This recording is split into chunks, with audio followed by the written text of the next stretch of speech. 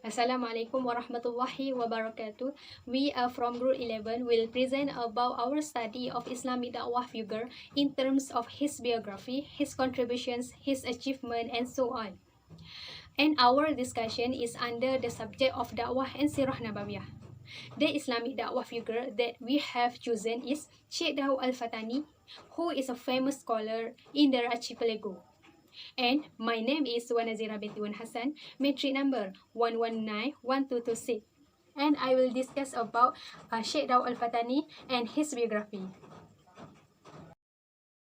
Alright, now we discuss about name and lineage of descendants Sheikh Daud Al-Fatani.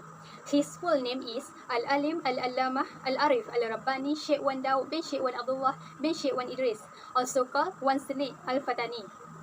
Sheikh Daud bin Abdullah Al-Fatani was descendants of Faqih Ali alias Datuk Maharaja Lela on either the mother's or father's side, where consanguinity of mother and father met.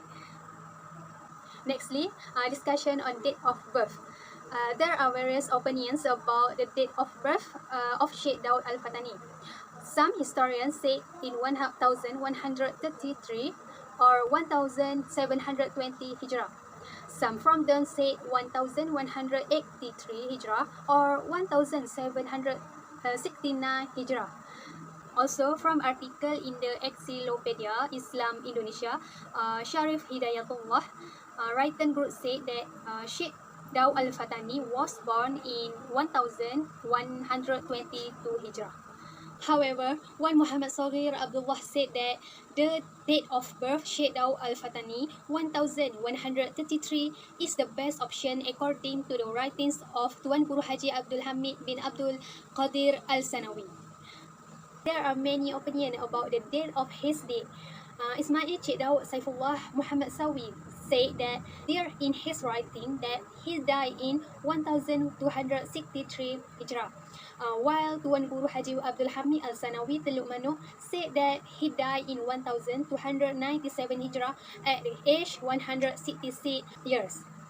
And this view is supported by Haji Wan Muhammad Saghir by reference to the manuscript in the Museum of Islamic Country, where he found writings that say 1297 Al-Hijrah.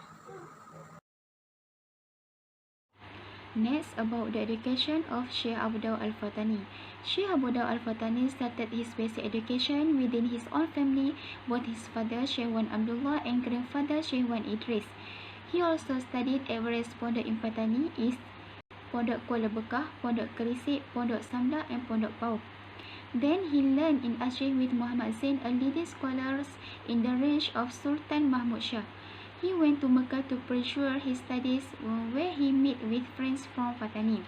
In Mecca, he founded an association for the Malay communities with students from Southeast Asia. He studied with Isa bin Ahmad along with students from the Archipelago, including Abdul Samad Al-Falimbani, Muhammad Ashar Al-Banjani, Abdul Rahman Al-Batawi, Muhammad Nafis, and Abdul Wahab Bugis. Sheikh Abu Daud Al-Fatani also studied hadith and fiqh, specifically the comparison of mazhab from Isa bin Ahmad Al-Barawi and Sufi from Sheikh Muhammad Saleh Abdul Rahman Al-Fatani. He also explained in hadith why he has a sanad in hadith connected to Al-Barawi and prominent scholars such as Abdullah Al-Basri, Shamsuddin Al-Ramli, Alauddin and Zakaria Al-Ansari.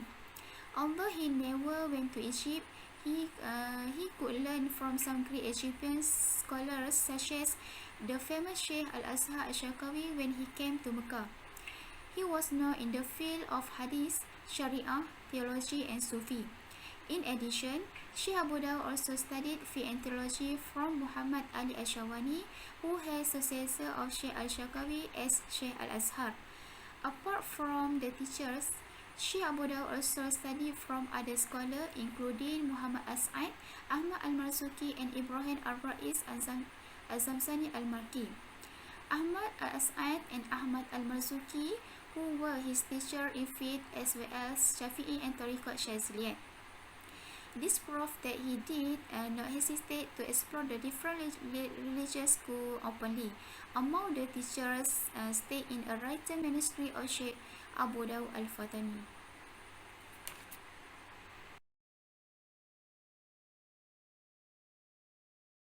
Sheikh Daud Al-Fatani is the most famous scholar in Patani and a prolific writer who authored many of the scriptures in the archipelago.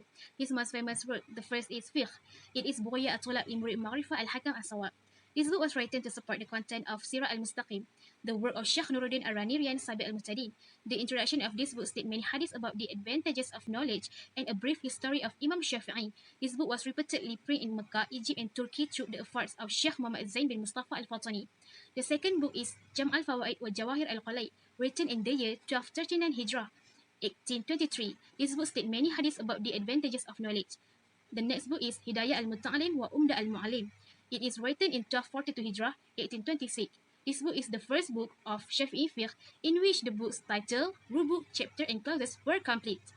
The next book is Ghaya Al-Taghrib fi Al-Ars wa Al-Taqsib. It is written in 1224 Hijrah, 1809. This book discusses about the division of inheritance. The next book is Furuq Al-Masail.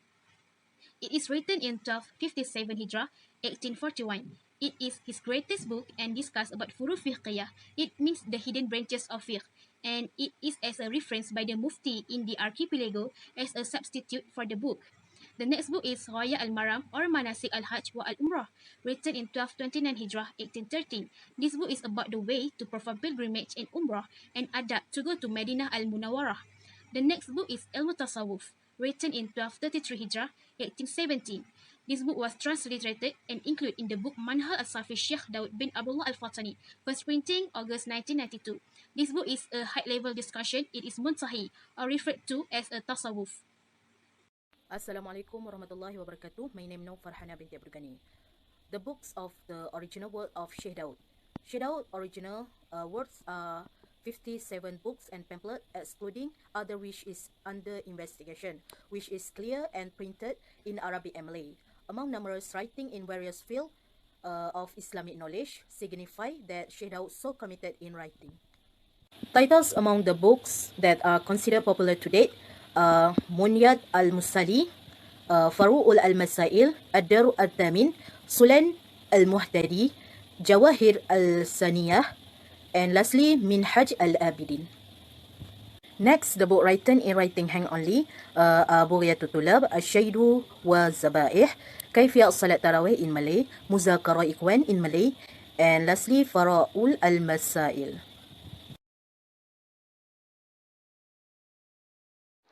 Among the challenges during the time of Sheikh Daud bin Abdullah Al-Fatani was in their religious activity that were mixed with previous religion, which is syncretism. And in addition, the community has a belief in something sacred. Sacred in the form of inanimate object or living things. Some example of sacred rock are oak-shaped rock, large trees that are old and not longer in good shape, grave found in the middle of the forest, animals that are complicated. For example, albino animal and old age. Apart from among the people of Patani, magical activity or practice are still carried out by the king in the kingdom of Patani. This is due to the influence of Mahayana Buddhism, which is so strong and hereditary in the palace that the two teachings are mixed into a religion of syncretism. Furthermore, it is said that the king of Patani only abandoned eating pig and did not worship idol, but still used the previous tradition in all things, such as still believing in the prediction of shamans. If someone dies, should not do the activity that cause right. For example, punching, singing, dancing, because it will disturb the dead and full of practice of superstitious. Next, what is achievement of Sheikh Ahmad Al-Fatani? First, Sheikh Ahmad Al-Fatani is an expert in the medical field. He studied about medical knowledge from a physician originally from Kabul, Afghanistan in Baitul Maqdis. The name of his medical teacher is Abdul Rahman Al-Kabuli. Therefore, as a result of his medical learning, he has achieved success by producing several works or books on medicine. The book's title is Tayyib Al-Ihsan fi At-Tib Al-Insan. He has been translated this book from Arabic to Rumi words so that the Ummah will easier to read and understand. Now, the title of this book was Kitab Perubatan Melayu. Then, in his book Medical Malay Civilization, discuss the combination of medical knowledge, Greek, Malay and Islam. Second, achievement in field of science and technology. Sheikh Ahmad Al-Fatani involvement in science and technology was about how he discovered the way of making gold. What it means is that he does not make gold from the raw material of gold itself, but by way of blending various other substances. In other words, he is an expert alchemist as well. He can create 24 karat pure gold or other types of gold using a variety of different materials. Furthermore, he was a scholar, farsighted and broad-minded about the technologies that will emerge and develop comprehensive in the future. He gave prediction there will be a modern computing technology in that era, even though at that time computers still not exist. He said that technology will continue to evolve and there will be discoveries in the future. Third achievement is involvement in politics. Sheikh Ahmad Al-Fatani, also a very good politician. Among his achievements is the relationship he established with the Ottoman Turkish Sultan until 1889 AD. At that time, he also was appointed as an advisor to the King of Mecca. Thus, he was granted Ottoman Turkish citizenship to facilitate administrative matters and politics. His close relationship with the Ottoman Sultan when it allowed him to commute from Malaya to Turkey at that time in various affairs. Among the most memorable in his lobbying efforts of the Ottoman Turkish government sponsored the struggle of Muslims in the Malay break free from the shackles of colonialism. While in Mecca, he founded an organization called Al-Jami'ah Al-Fataniyah, which aimed to collect all the intellectuals and thinkers Malay in Mecca under one roof, and he himself is the head of the organization. His powers in politics was also acknowledged by Arab scholars. Okay, I will continue my part with contribution Sheikh Daud Al-Fatani. Okay, we have four types of contribution. First, contributions in various fields of knowledge. Second, politics. Third, medical. Fourth, philology. For this contribution in various fields of knowledge, Sheikh Daud Al-Fatani has learned various fields of knowledge and produced more books, such as fiqh, medical, philology, and more than other. And his book has been a reference for the Muslim community, was easy to understand, and can help to new generation to learn about it. Next, we move to politics. First, he was the influential scholar in the political world who has established mutual relationship with, between Ottoman Turkish Sultan until 1889. He was appointed as advisor to the King of Mecca to facilitate administrative and political affairs. And he was also set up the first political organization called Al-Jama'iyah Al-Fataniyah, and the function of this organization to gather Malay thinkers and including Sumatra, Singapore, Riau Island, and Borneo in Mecca. And before he dies, he gave a speech to his junior and about the importance to learn and search knowledge to know deeper about Islam. It can get benefit to the future new generation followed by sincere intent. For third, medical, Sheikh Daud Al-Fatani has studied the medical and produced his work by writing medical books to the reference for medical hearers. And he gave more information about basic things in medical and easier to understand to the medical students. He make it simple in his book and medical, including medical from Unani, Arab, and Farsi. And his book has spread in the Malay world because he wrote the medical book in the Malay version. He has introduced a way to diagnose every disease followed by the theory humoral. For the last, philology in economy. Philology is about research on the manuscript, and he has researched Malay manuscript were Syarah Hikam, Melayu, and Fur al-Masail. Furthermore, he was able compared to books from various languages to make sure nothing wrong and less the right information. Besides that, for book Fur al-Masail in Chatamun Amala and provide facility for Islamic banking in Malaysia and avoid to riba. Now, we move to the strategy of Sheikh Daud Abdullah Al-Fatani. The first one is about the history of the entry and development of Islam in Patani. Regarding the history of the entry of Islam into Patani, there is at least a difference of opinion among historians which generally revolves around the question of when, from where, by whom, and how Islam spread in Patani. As for the entry of Islam in Patani, there are three opinions, namely the entry of Islam into Patani via Champa, the entry of Islam in Patani brought by Arab traders who trade in the Malay Archipelago, and the entry of Islam into Patani through close ties with the kingdom of Samudra Pasai. Banara said, Islam had been embraced by the people of Patani more than 300 years before the king of Patani officially embraced Islam. In 1785 until 1909, Siam managed to conquer the Patani. However, the development of Islam continued to grow with the presence of scholars such as Sheikh Daud bin Abdullah Fatani, Sheikh Muhammad bin Tahir, and Sheikh Abdul Qadir bin Abdul Rahman, and so on. The second point is pesantren as the initial basis of Islamic development in Patani. This place serves to spread religious and knowledge for those who are still public about religion.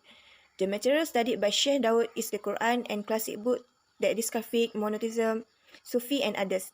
In general, what is taught at pesantren is reciting the Quran, tafsir, hadith, usul fiqh, Nahu and Saraf, also Tauhid, Usuluddin and Mantiq, Tarikh, Tasawuf and Akhlaq. Then the third point is the development of Islam in Patani during Sheikh Daud bin Abdullah Al-Fatani. Sheikh Daud was not the first scholar to teach Islam in Patani. Many previous scholars who have taught Islam there, one of them is his family, then followed by him. Among his activities were composing, teaching and managing Hajj. He also managed to produce an average of 1 to 2 scholarly works per year, and almost all of the essays are produced in Mecca and Taif.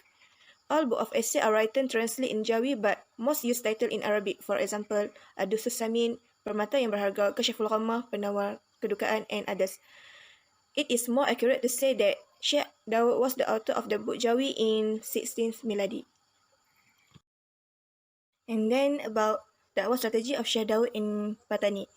The strategy of preaching Islam in Patani that he brought was very big, especially in the opening of Pondok Pesantren both within the Patani region inside and outside.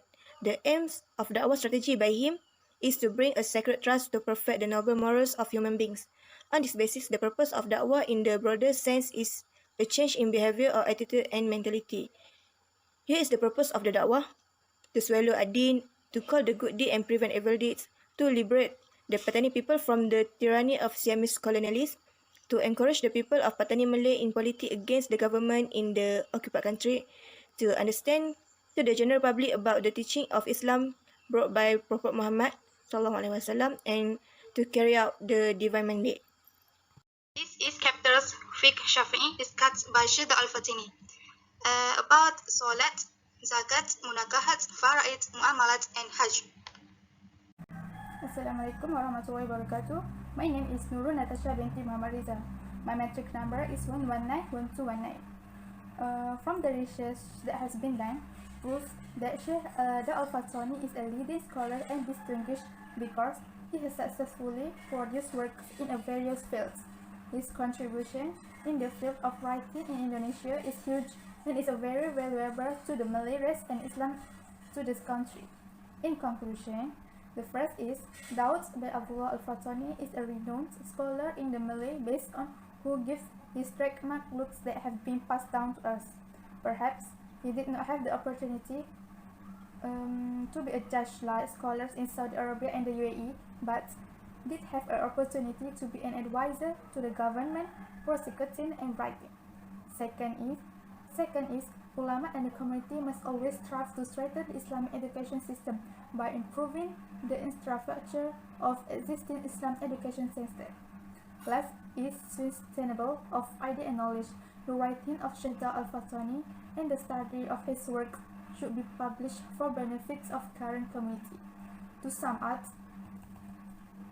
this study, we can feel the life of this figure is very close in the life of all us, even so we have never been given the opportunity to gain knowledge with him. Our hope is make him a teacher who give a guidance to all parishioners to continue the art of knowledge and the meaning of success. That's all from us. Thank you for lending your ears and ears to me. Assalamualaikum warahmatullahi wabarakatuh.